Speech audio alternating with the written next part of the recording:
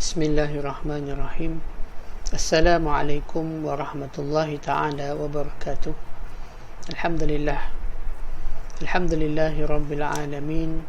Nahmaduhu wa nasta'inuhu wa nastahdihi wa nastaghfiruh. Wa na'udzu billahi min syururi anfusina wa min sayyiati a'malina.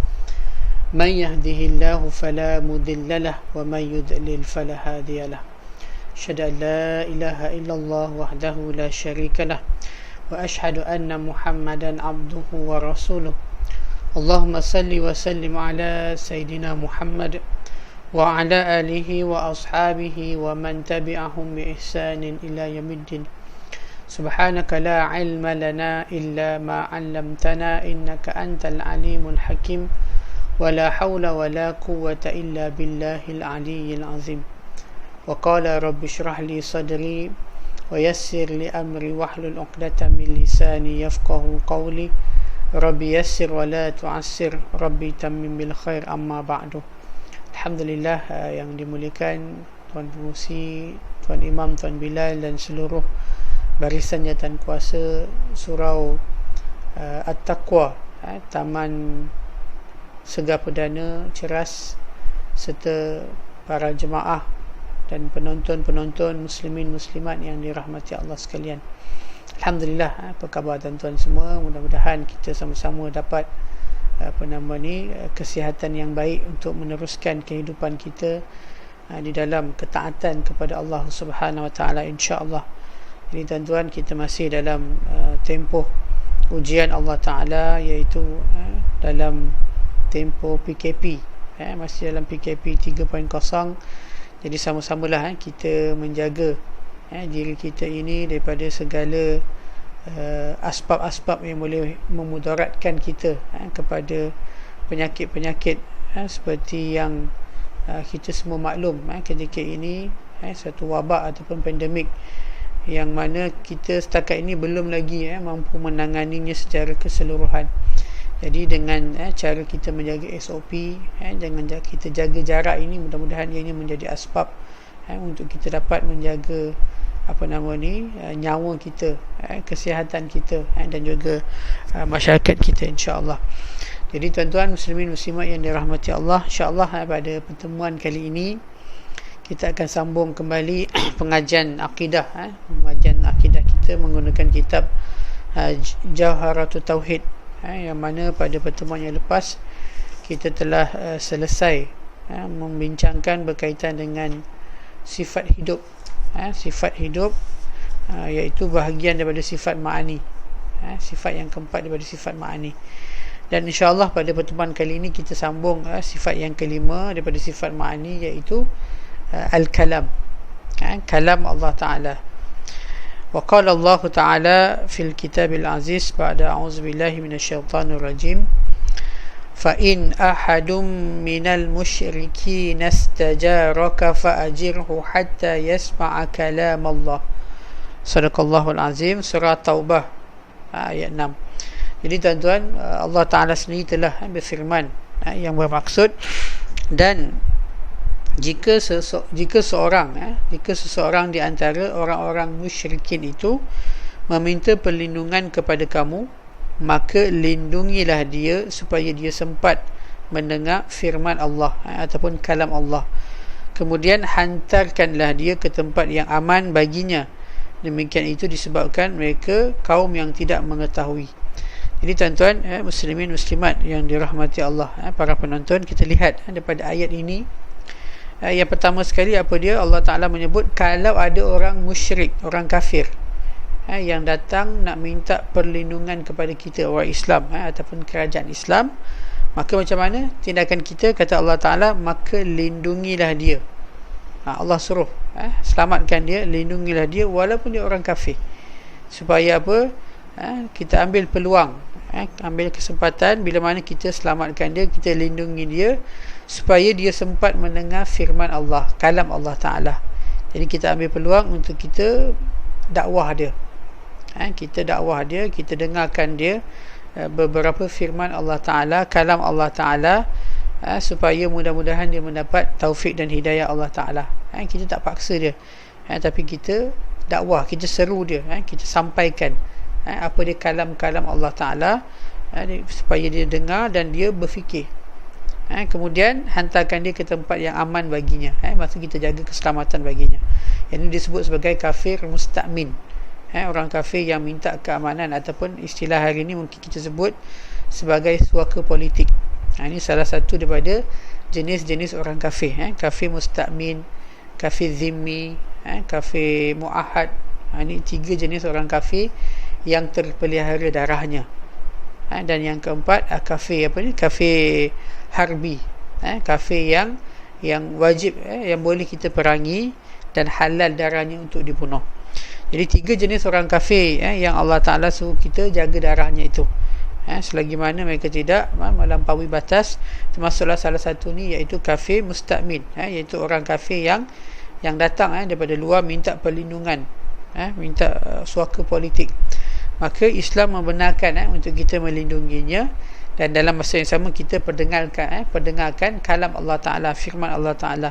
Maknanya kita dakwah, kita seru kebenaran kepada mereka ini. Mudah-mudahan mereka ini mendapat taufik dan hidayah Allah Ta'ala untuk menerima Islam, kembali kepada fitrah yang sebenar manusia. Jadi tuan-tuan, berdasarkan ayat ini kita faham apa dia. Allah sendiri menyebut apa dia, supaya mereka ini, orang-orang kafir yang meminta perlindungan ini, mereka ni sempat mendengar kalam Allah Ta'ala. Fa'ajirhu hatta yasma'a kalam Allah. Allah menggunakan perkataan yasma'a, hatta yasma'a kalam Allah, sehingga mereka ini dapat mendengar kalam Allah. Maksudnya apa? Allah ni ada kalam, ada kalam Allah Ta'ala. Jadi ini salah satu daripada sifat Allah Ta'ala. Kalam ni ialah berkata, perkataan-perkataan Allah Ta'ala. Dan lagi firman Allah Subhanahu Wa Ta'ala dalam surah An-Nisa ayat 146, A'udzubillahi minasyaitanirrajim, wa kallamallahu Musa taklima. Dan Allah Ta'ala telah berbicara dengan Nabi Allah Musa secara langsung, dengan sebenar-benar perkataan. Jadi tuan-tuan muslimin, muslimat yang dirahmati Allah, jelas juga Allah Ta'ala menyebut Allah berkata-kata.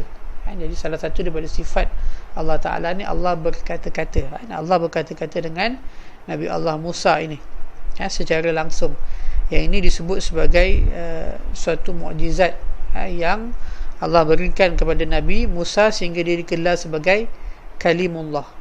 Kalimullah ni ialah kelebihan orang yang boleh berkata-kata, bercakap langsung dengan Allah Ta'ala. Maksudnya apa? Nabi Musa dia tidak melalui perantaraan Jibril AS.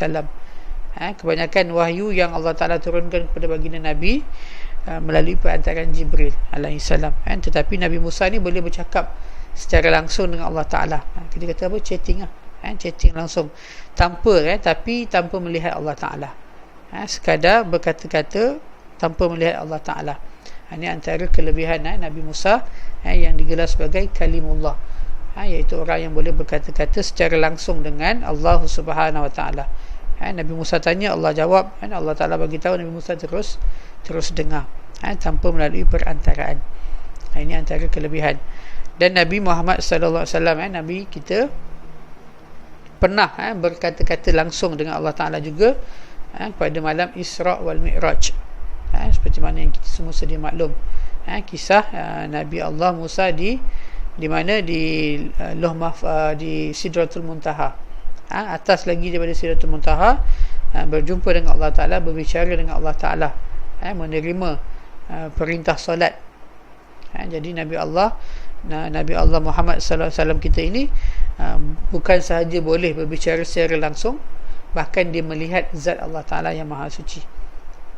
Dia melihat ru'yatullah, melihat Allah Ta'ala dan berbicara dengan Allah Ta'ala. Yang ini lebih hebat lagi lah daripada Nabi Musa yang boleh berkata-kata secara langsung dengan Allah Ta'ala tapi tanpa melihat Allah Ta'ala. Yang kita bincang dulu dia pernah minta untuk melihat Allah Ta'ala. Allah pancarkan cahaya kepada pokok kepada gunung. Gunung hancur dan Nabi Musa pun tak sanggup, sehingga baginda pengsan. Jadi belum layak Nabi Allah Musa untuk melihat zat Allah Ta'ala. Tetapi baginda Nabi Muhammad SAW dibersihkan hatinya sebelum dimi'rajkan itu, dan diangkat sampai ke langit yang ketujuh, atas lagi sampai ke Sidratul Muntaha untuk bertemu dengan Allah Subhanahu Wa Taala, berkata-kata dan melihat zat Allah Taala yang maha suci. Ini merupakan suatu kehebatan, suatu mukjizat yang begitu besar kepada baginda Nabi kita. Ala kulli hal, tuan-tuan, kita nak terangkan di sini apa dia kelebihan Nabi Musa, dia boleh berkata-kata dengan Allah Taala secara langsung. Ini menunjukkan Allah Taala berkata-kata. Sifat Allah Taala itu berkata-kata, maha berkata-kata. Jadi tuan-tuan muslimin muslimat, setiap orang Islam ini beriktikad, wajib kita beriktikad, wajib kita meletakkan suatu keyakinan kita, apa dia, bahawa Al-Quran itu adalah kalam Allah. Al-Quran yang diturunkan itu sendiri adalah kalam Allah Ta'ala, perkataan Allah Ta'ala, bukan perkataan baginda Nabi, bukan ucapan makhluk, bukan rekaan. Jadi dia adalah kalam Tuhan. Namun kita mengetahui sifat Allah Ta'ala itu tidak sama, tidak seperti mana sifat makhluk. Laisa kamislihi syai'un, kita dah bincang sebelum ni. Allah Ta'ala menyebut laisa kamislihi syai'un, tidak ada sesuatu pun yang seumpama Allah Ta'ala, sama ada daripada sudut zatnya ataupun sifatnya ataupun perbuatannya. Jadi kita mengetahui Allah Ta'ala tidak sama dengan makhluk. Jadi bagaimana dengan Al-Quran? Al-Quran dari segi kalimah dan susun aturnya itu ditulis dalam bahasa Arab, yang mana bahasa Arab itu adalah bahasa manusia. Maka bagaimana dikatakan Al-Quran itu kalam Allah? Quran itu diturunkan dalam bahasa Arab. Bahasa Arab itu bahasa manusia, bahasa orang Arab. Adakah Allah Ta'ala berkata-kata dengan bahasa Arab? Bukankah itu menyerupakan Tuhan dengan makhluk? Atau bagaimana dikatakan sifat Allah Ta'ala itu menyerupai makhluk? Jadi apa yang dimaksudkan dengan Quran kalam Allah? Jadi persoalan-persoalan ini telah menimbulkan pelbagai masalah di kalangan orang Islam sepanjang zaman. Juga telah menimbulkan fitnah dan ujian. Dan disebabkan ini jugalah Imam Ahmad bin Hanbal dan ramai lagi ulama-ulama lain yang telah diseksa oleh pemerintah pada zaman mereka, yang mana kebanyakan zaman itu pemerintah berfahaman dengan fahaman Mu'tazilah. Fahaman Mu'tazilah ni yang banyak menggunakan akal, fahaman-fahaman rationalism, fahaman-fahaman banyak menggunakan logik akal. Jadi Imam Ahmad bin Hanbal dan beberapa ulama-ulama lain telah diseksa disebabkan isu apa? Isu kalam Allah Ta'ala. Jadi sebenarnya perdebatan berkenaan dengan sifat kalam ini adalah satu isu yang besar dalam perbahasan ilmu tauhid. Kerana itu jugalah ilmu tauhid ini selain dinamakan ilmu tauhid, juga dinamakan ilmu akidah, juga dinamakan sebagai ilmu kalam. Sebab apa? Sebab banyaknya perbahasan berkenaan dengan sifat kalam dalam bab akidah, bab tauhid ini. Jadi dikenali dengan ilmu kalam, dan ulama-ulama tauhid juga disebut sebagai al-mutakallimin. Istilah al-mutakallimin, seperti mana ulama fiqh disebut sebagai fuqaha. Fuqaha orang-orang ulama-ulama fiqh ni. Jadi ulama-ulama tauhid akidah disebut al-mutakallimin. Sebab apa? Nisbah kepada banyaknya perbahasan tentang sifat kalam ini dalam ilmu akidah. Jadi tuan-tuan muslimin muslimat, para penonton yang dirahmati Allah, disebabkan persoalan yang banyak timbul daripada sifat kalam ini, maka banyak juga timbul fitnah dan ujian, terutamanya pada zaman Imam Ahmad bin Hanbal, sehingga mereka ni diseksa, dipenjarakan disebabkan isu sifat kalam ini. Dan barangkali perkara ini juga menyebabkan sebahagian daripada orang Islam itu sibuk berbincang berkenaannya, sibuk bincang berkenaan apa tentang sifat kalam ini, sehingga mereka ini leka dan lalai, lupa untuk beramal dengan isi kandungan Al-Quranul Azim ini.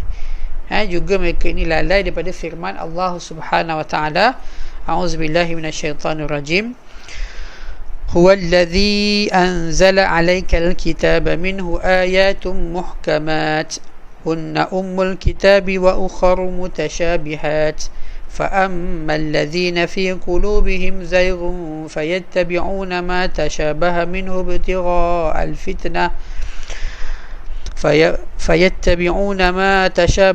ابتغاء الفتنة وابتغاء تأويله وما يعلم تأويله إلا الله والراسخون في العلم يقولون آمنا به كل من عند ربنا وما يذكر إلا أولو الألباب ربنا لا تزغ قلوبنا بعد إذ هديتنا وهب لنا من لدنك رحمة إنك أنت الوهاب. Sadaqallahul Azim. Surah Ali Imran ayat 7 hingga 8. Yang mafhumnya itu Allah Ta'ala telah berfirman, dialah Allah yang menurunkan Alkitab, yakni Al-Quran kepada kamu. Di antara isinya ada ayat-ayat yang muhkamat. Apa itu ayat muhkamat? Ayat-ayat yang terang dan jelas maksudnya, iaitu mudah, ayat yang mudah difahami maksudnya itu. Itulah pokok isi kandungan Al-Quran. Maksudnya apa? Pokok ni maksudnya perkara asas dalam Al-Quran itu adalah ayat-ayat muhkamat, jelas. Dan yang lain daripada ayat-ayat Al-Quran itu ayat-ayat mutasyabihat, yakni ayat-ayat yang mengandungi beberapa pengertian dan tidak dapat ditentukan erti apa yang dimaksudkan kecuali sesudah diselidiki secara mendalam. Maksudnya apa? Terdapat sebahagian ayat dalam Al-Quran itu ayat-ayat mutasyabihat. Apa itu ayat mutasyabihat? Ayat yang mengandungi beberapa pengertian. Maksudnya mungkin maksud dia ni A, mungkin maksud dia B, mungkin maksud dia C. Jadi boleh ada banyak makna yang tak mudah untuk kita tentukan maknanya itu sekali baca, melainkan sesudah diselidiki secara mendalam. Ini perlu kepada kefahaman para ulama untuk menafsirkan ayat-ayat Al-Quran ini secara mendalam. Atau ayat-ayat yang pengertiannya hanya Allah Ta'ala yang mengetahui. Bahkan ada yang maksudnya tu kita pun tak pasti, hanya Allah yang mengetahui. Seperti ayat-ayat yang berhubung dengan perkara yang ghaib, seperti hari kiamat, syurga, neraka dan lain-lain. Iaitu nak tafsir pun tak pasti. Hakikat yang sebenar, maksud yang sebenar hanya Allah yang paling mengetahui. Adapun orang yang di dalam hatinya itu condong kepada kesesatan, hati orang yang ada bermasalah ini condong kepada kesesatan, mereka mengikuti sebahagian ayat yang mutasyabihat, ayat-ayat yang kita kata tak jelas tadi itu, untuk menimbulkan fitnah, mencari takwilnya, sedangkan tidak ada yang mengetahui takwilnya itu melainkan Allah Ta'ala. Jadi isu ayat mutasyabihat ni Allah sendiri menerangkan dalam Al-Quran. Ada satu golongan umat Islam yang jadikan tentang ayat-ayat mutasyabihat ini menimbulkan fitnah dalam mencari maksudnya itu, sedangkan tidak ada yang mengetahui takwilnya itu melainkan Allah Ta'ala. Dan orang yang mendalami, orang yang mendalam ilmunya berkata, kami beriman kepada ayat-ayat mutasyabihat, semuanya itu dari sisi Tuhan kami, dan tidak dapat mengambil pelajaran daripadanya melainkan orang-orang yang berakal. Ini orang yang beriman, orang yang berilmu, dia beriman dengan semua ayat-ayat Allah Ta'ala, termasuk ayat mutasyabihat. Kami beriman kepada ayat mutasyabihat, semuanya daripada Allah Ta'ala. Dan tidak dapat mengambil pelajaran melainkan orang-orang yang berakal, orang-orang yang berfikir. Mereka berdoa, wahai Tuhan kami, janganlah engkau jadikan hati kami ini condong kepada kesesatan. Sesudah engkau memberi petunjuk kepada kami, kurniakanlah kepada kami rahmat dari sisi engkau, kerana sesungguhnya engkaulah yang maha memberi kurnia. Jadi jelas daripada ayat ini menerangkan tentang apa isu ayat-ayat mutasyabihat ini menimbulkan fitnah, perpecahan. Kita lihat sampai ulama-ulama diseksa, dipenjarakan, dipukul. Sebab apa? Menafsirkan ayat-ayat mutasyabihat ni bertentangan antara golongan pemerintah dan juga para ulama ini. Ini antara fitnah yang timbul daripada ayat mutasyabihat. Dan kata Allah Ta'ala, orang yang hatinya itu condong kepada kesesatan, mereka yang sengaja menimbulkan isu-isu seperti ini. Kita bimbang benda-benda ini kalau kita nampak dalam masyarakat kita pun hari ini, tentang apa? Tentang membid'ahkan orang, tentang mengkafirkan orang, tentang apa? Berkenaan dengan ayat-ayat mutasyabihat. Jadi Allah Ta'ala sebut inilah mereka yang hatinya condong kepada kesesatan, mereka menimbulkan fitnah, menimbulkan ujian, permasalahan daripada ayat-ayat mutasyabihat. Jadi kita mohon kepada Allah Ta'ala supaya jangan Allah Ta'ala letakkan kita daripada orang yang hatinya condong kepada kesesatan, sehingga menimbulkan fitnah daripada ayat-ayat Allah Ta'ala ini. Maka yang sebaik-baiknya bagi seorang yang beriman, bagi orang Islam, ialah dia beriktikad bahawa Allah Subhanahu Wa Ta'ala itu berkata-kata dan Al-Quran itu ialah kalam Allah Ta'ala. Ini basic, kita kena letakkan.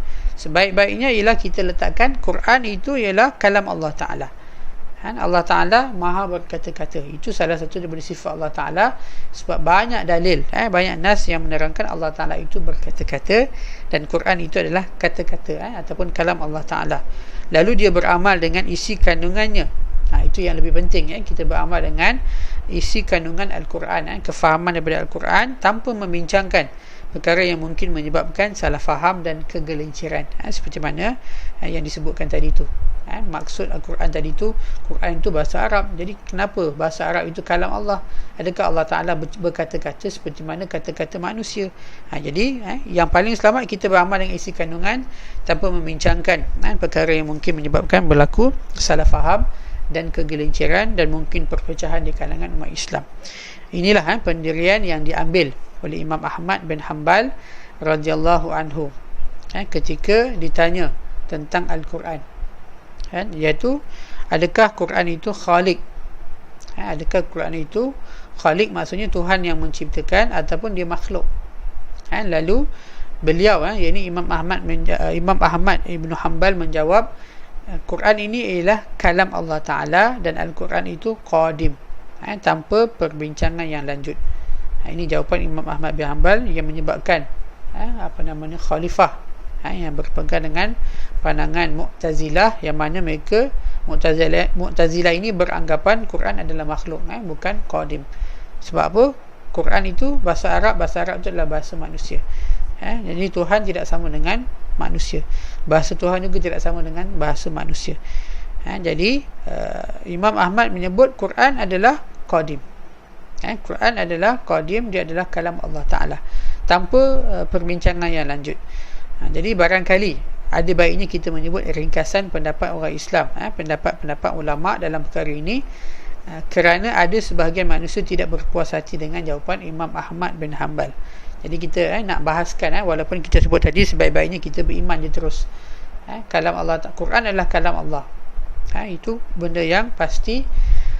Kemudian yang paling penting ialah kita beramal dengan isi kandungan Al-Quran. Namun di sini kita sebutkan ada tiga pandangan ulama berkenaan dengan isu ini, berkenaan dengan jawapan Imam Ahmad bin Hanbal ni.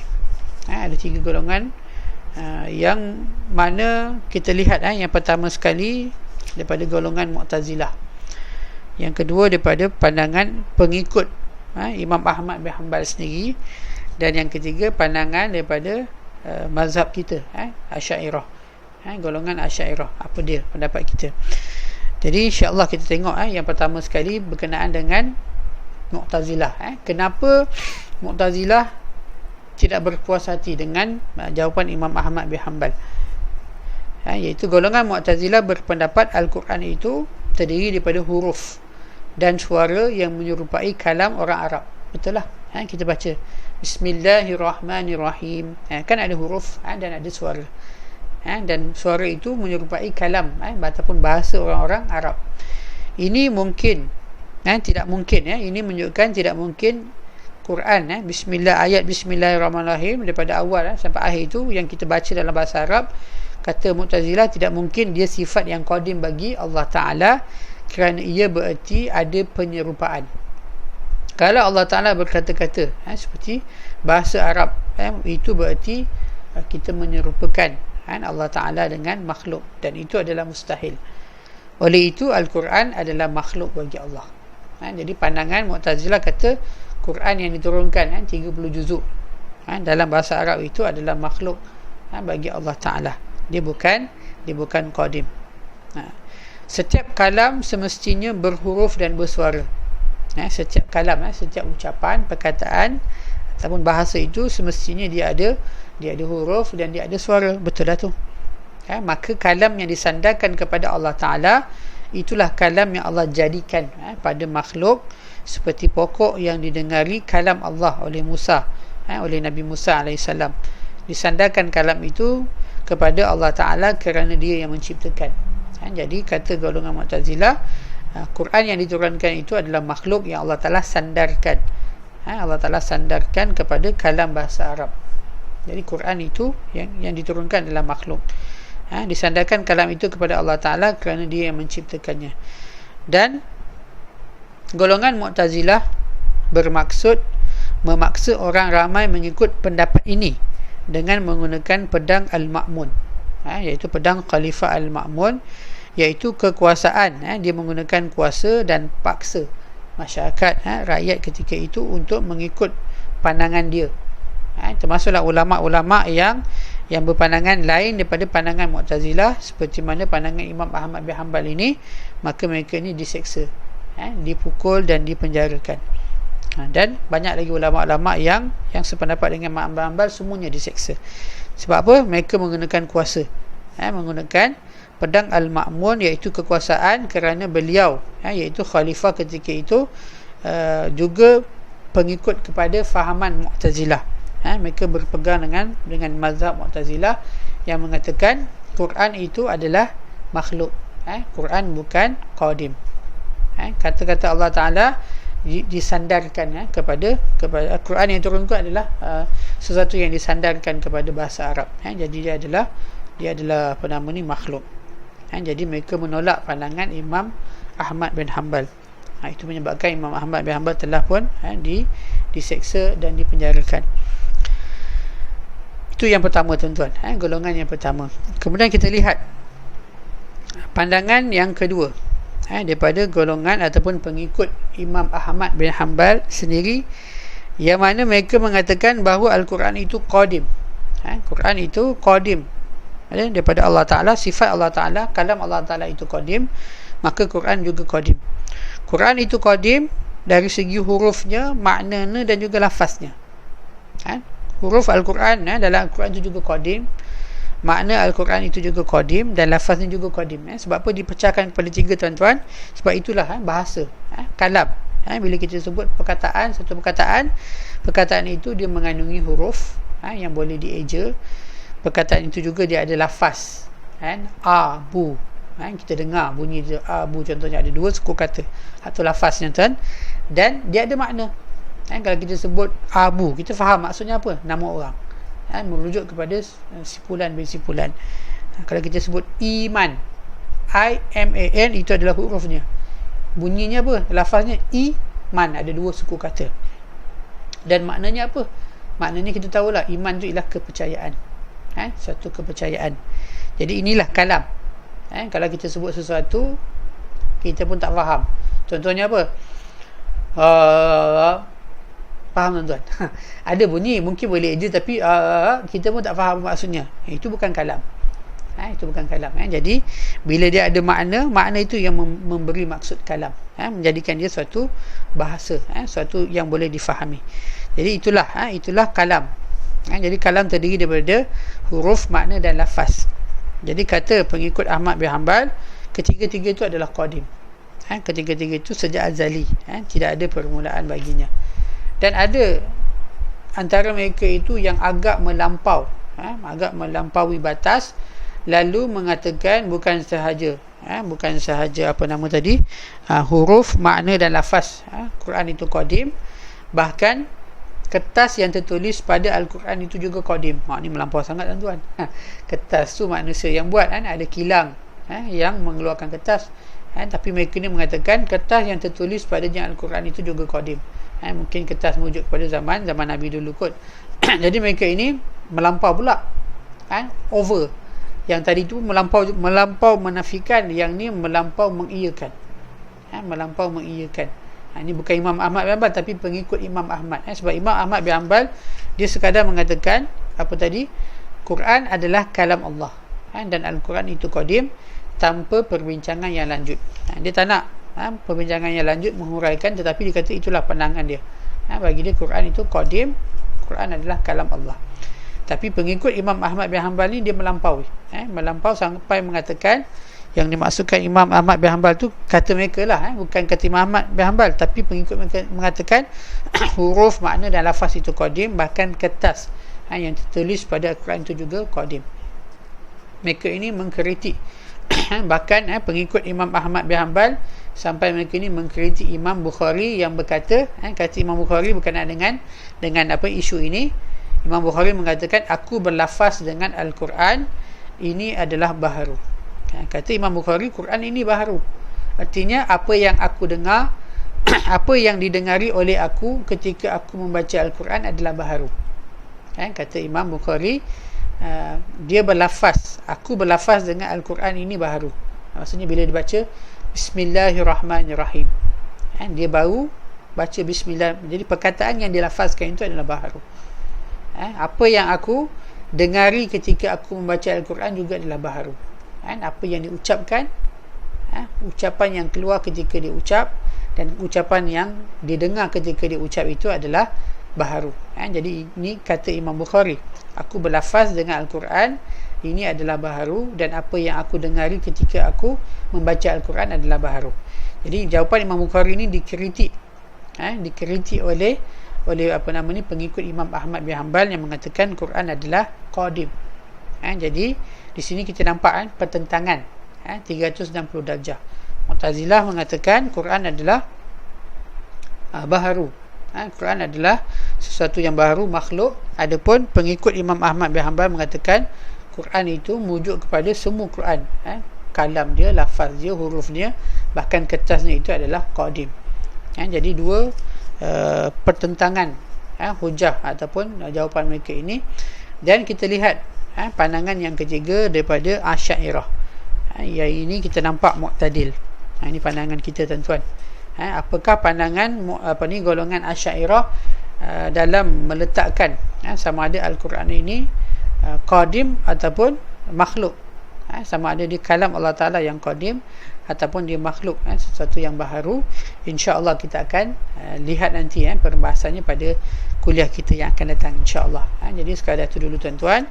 Jadi kita tahu ada dua, kita dah sebut sini ada dua pandangan, iaitu daripada Mu'tazilah dan pengikut Imam Ahmad bin Hanbal.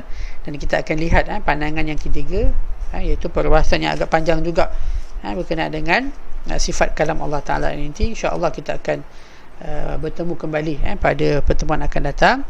Apa yang baik daripada Allah Subhanahu Wa Ta'ala, yang lemah dan kurang itu dinisbahkan kepada saya.